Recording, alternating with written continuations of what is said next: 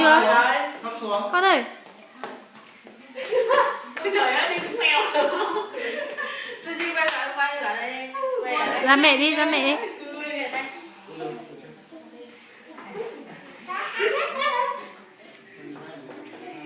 Người say xỉu.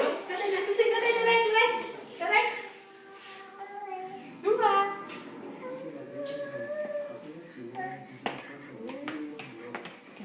Kỳ quá.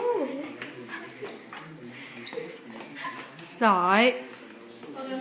Giỏi ghê.